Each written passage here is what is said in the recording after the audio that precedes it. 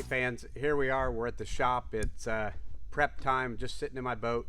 We've had a lot of people asking how we set up our Garmins, and I know we can do tons and tons of videos of doing this, and we hope to over the next few months. But this one, I think we're just going to keep it short and simple.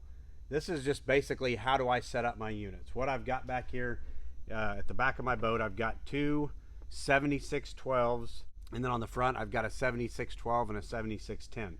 You don't need 4 graphs to do what we do. It makes it nice because it gives you bigger screens to be able to see more, but you don't have to do that.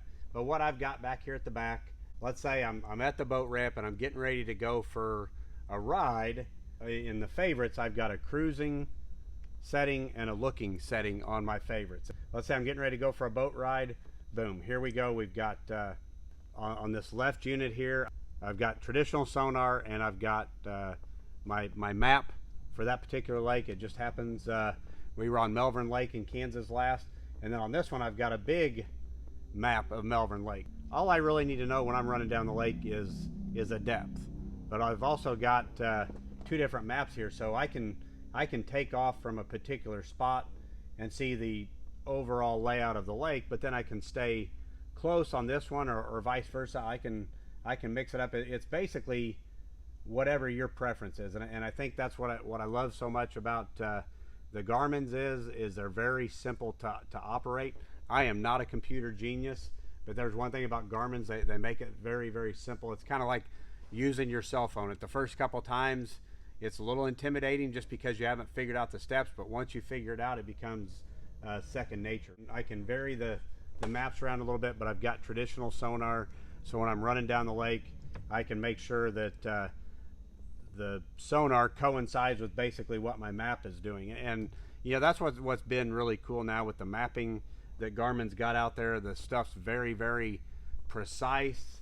I can even adjust the contours and the depth shading based on the level of the lake. If the lake's high, I can set it to where it will adjust with the lake, so you can see if the water's high. Same thing if it's low. So something that traditionally might be 10 foot under the water, if the lake's, let's say, 6 or 7 foot low, it will show you in areas that you can then stay out of. Here's a tip. I love to do this. The only way I navigate is I always navigate with my maps set to north up. What I like about that is as you can see, Melbourne Lake here traditionally runs east and west. If I'm on the phone with a buddy and you're telling him, hey, where you catch them, I catch them on you know, the north shore of the lake, or the coves on the north side of the lake, you can tell very, very simply. Same thing when you're navigating. I'm up here on the north side and I'm going to run west, so you know, that way when you're preparing, if you're on a big body of water and they're calling for strong southwest winds blowing down a lake, you know just from looking at the map that hey, a southwest wind or a west wind on this lake is going to be pretty brutal. If you've got it to where it spins around, it doesn't help you on understanding your direction. Your military, when they're in training and learning navigating, they always navigate with maps on their north up as well. I think it's just a practice, but after you learn it a little bit, I feel like it makes you better at knowing your sense of direction as well. So here's what we've got. We've got you know, I've got the lake here, I've got the depth shading set, and I've got my sonar set. So let's say I run down the lake and I get into an area that I want to look at. I push my home button here and I go back to my favorites and I want to start looking.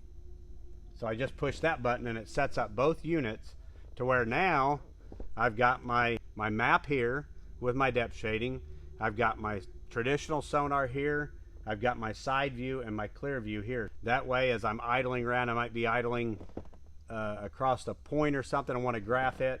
The side view is going to show it to me here. Clear view is going to show me. So it's giving me all those options. Let's say you only have one unit.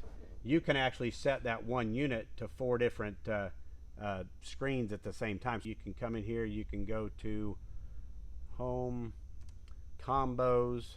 Let's add a combo. We're going to go to menu, add a combo. We go to layout, and it gives you all these different options for a particular layout. What I've done on this screen here is I basically did just a 4 split screen. It's very simple. It tells you the steps. Tap to add. In this corner I want to put charts. I'm going to put a fishing chart in there because, hey, I'm a fisherman, I'm going fishing.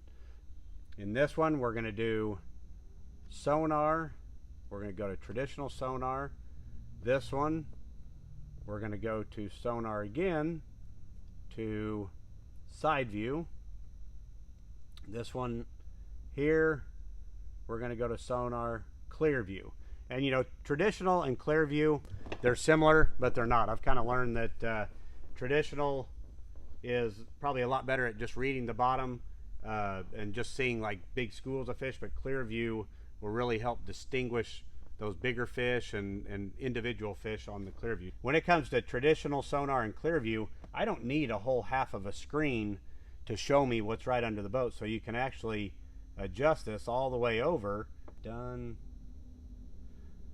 So what we've got is we've got this set up here. Now it gives you all the sidebar options here. I don't really need the sidebar because I've got that information here as well. So we can go in here, menu, edit combo, overlays, sidebar. My data on the sidebar, I want to do that to none, which gives me the full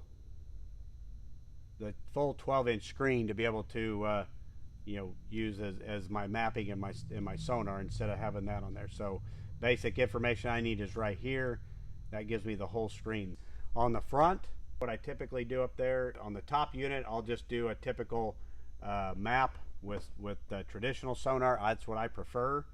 And then on the bottom unit, what I typically do, live scope. I'll do live scope on my bottom unit there. So I've got my map, my sonar, and my live scope up front. That's one of the things I really love about the Garmins. They're easy to set up. It just takes a little bit of playing with them and understanding. You know, the whole key to any electronics, like I said, no different than your phone. It's just a matter of getting in here, experimenting with them.